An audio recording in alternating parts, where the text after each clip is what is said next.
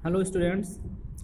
आज हम लोग पार्ट्स ऑफ प्रेडिकेट व सेंटेंस के जो दो भाग होते हैं सब्जेक्ट और प्रेडिकेट, उसमें सब्जेक्ट के बारे में हम लोग पढ़ चुके हैं, सब्जेक्ट पार्ट के बारे में।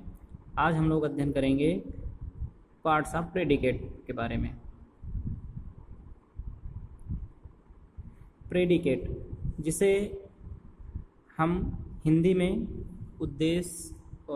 जिसे हम हिंदी में विधेय बोलते हैं। तो जो प्रेडिकेट पार्ट होता है उसके तीन भाग होते हैं। प्रेडिकेट पार्ट के तीन हिस्से, पहला होता है वर्ब, दूसरा होता है ऑब्जेक्ट और तीसरा होता है कॉम्प्लीमेंट। प्रेडिकेट पार्ट वर्ब से ही स्टार्ट होता है। वर्ब के पहले का जो हिस्सा होता है वो पूरा सब्जेक्ट पार्ट होता है। तो वर्ब, ऑब्जेक्ट और कॉम्प्लीमेंट, इसमें जो वर्ब होती है उस वर्ब में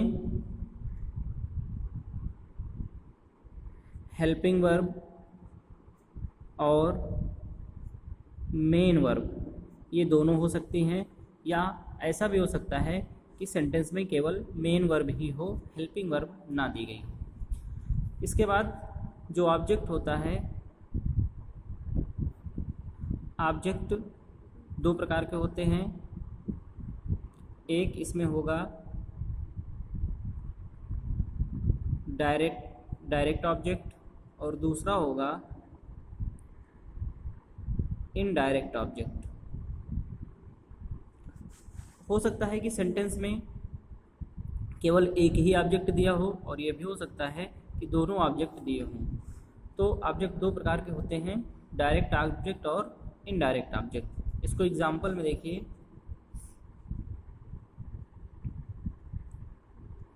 he gave me a pen. अगर हम किसी सेंटेंस में इनडायरेक्ट ऑब्जेक्ट को या डायरेक्ट ऑब्जेक्ट को पता करना चाहते हैं तो डायरेक्ट ऑब्जेक्ट को पता करने के लिए हम सेंटेंस में व्हाट लगाकर प्रश्न करते हैं, क्वेश्चन करते हैं, और इनडायरेक्ट ऑब्जेक्ट पता करने के लिए whom लगाकर हम क्वेश्चन करते हैं। व्हाट का मतलब क्या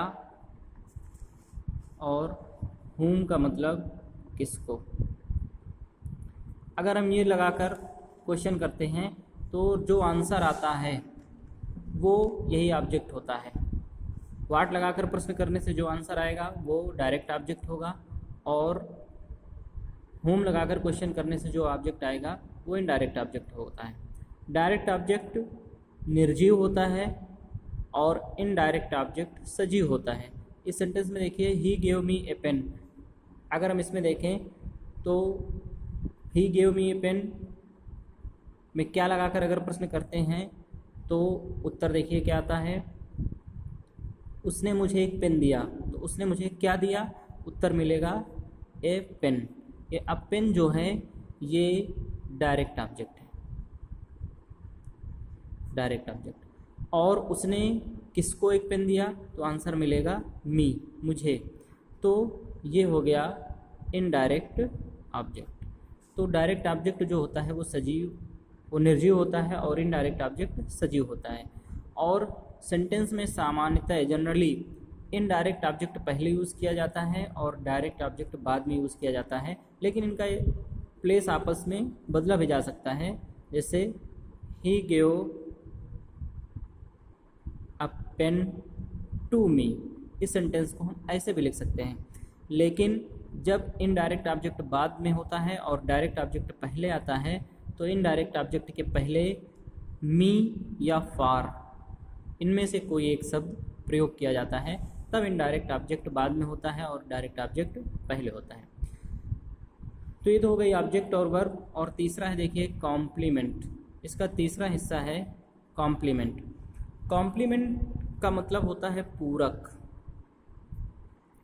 जो सेंटेंस के अर्थ को कंप्लीट करते हैं, पूरा करते हैं, वो कॉम्प्लीमेंट बोले जाते हैं। तो कॉम्प्लीमेंट जो होते हैं वो प्रायः लिंकिंग वर्ब के बाद आते हैं। लिंकिंग वर्ब आप लोग जानते होंगे, इज, एम, आर, वाज, वर, ये सब लिंकिंग वर्ब होती हैं। तो कॉम्प्लीमेंट प्रायः लिंकिंग वर्ब के बाद प्रयोग किए जाते हैं। और कॉम्प्लीमेंट में एग्जाम्पल देखिए, जैसे ही इज़ अ टीचर। इस सेंटेंस में ये सब्जेक्ट पार्ट हो गया, इज़ अ टीचर, यहाँ से ये पूरा प्रेडिकेट पार्ट है, इज़ वर्ब हो गई और टीचर इसमें ये कॉम्प्लीमेंट हो गया। अगर हम इस सेंटेंस से टीचर को हटा दें तो बचेगा ही इज़। अब सेंटेंस का अर्थ कंप्लीट नहीं हो रहा है, तो जो सेंटेंस का अर्थ कंप्लीट करने का काम करते हैं वो कॉम्प्लीमेंट होते हैं। तो यहाँ पर अ टीचर ये कॉम्प्लीमेंट है और ये इज़ जो है ये लिंकिंग वर्ब है। तो लिंकिंग वर्ब के साथ कॉम्प्लीमेंट का प्रयोग होता है और कॉम्प्लीमेंट वो होते हैं जो सेंटेंस के अर्थ को कंप्लीट करते हैं, इसलिए उनको कॉम्प्लीमेंट बोलते हैं। अब ये कॉम्प्लीमेंट भी 3 प्रकार के हो सकते हैं। अगर हम किसी सेंटेंस में कॉम्प्लीमेंट के रूप में नाउन का यूज़ करते हैं तो उसको हम नाउन कॉम्प्लीमेंट बोलते हैं। अगर किसी सेंटेंस में एडजेक्टिव का यूज़ करते हैं कॉम्प्लीमेंट के रूप में तो हम उसे एडजेक्टिव कॉम्प्लीमेंट बोलते हैं। और अगर किसी सेंटेंस में हम एडवर्ब का यूज़ करते हैं कॉम्प्लीमेंट के रूप में तो हम उसे एडवर्ब कॉम्प्लीमेंट बोलते हैं। एग्ज़ाम्पल, जैसे मैंने ये जो एग्ज़ाम्पल दिया, ही इज़ अ टीचर, इसमें ये जो टीचर है ये नाउन है, इसलिए ये नाउन कॉम्प्लीमेंट हुआ। अब एक एग्ज़ाम्पल देखते हैं एडजेक्टिव कॉम्प्लीमेंट का।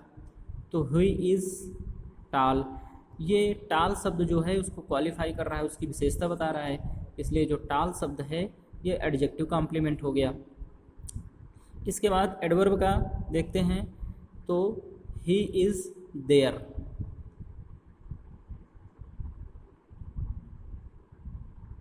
तो यहाँ पर ही इज़ देयर ये यहाँ पर एडवर्ब कॉम्प्लीमेंट हो गया। तो इस प्रकार से ये 3 प्रकार के कॉम्प्लीमेंट होते हैं।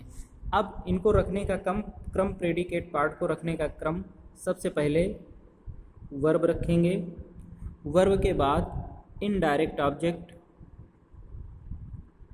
इनडायरेक्ट ऑब्जेक्ट के बाद डायरेक्ट ऑब्जेक्ट,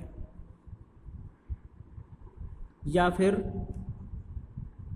अगर सेंटेंस में कॉम्प्लीमेंट दिया है तो वर्ब और इसके बाद कॉम्प्लीमेंट। तो अब आपको इसी के आधार पर अभी जो एक्सरसाइज दी जाएंगी वो एक्सरसाइज आपको करनी है। Thank you.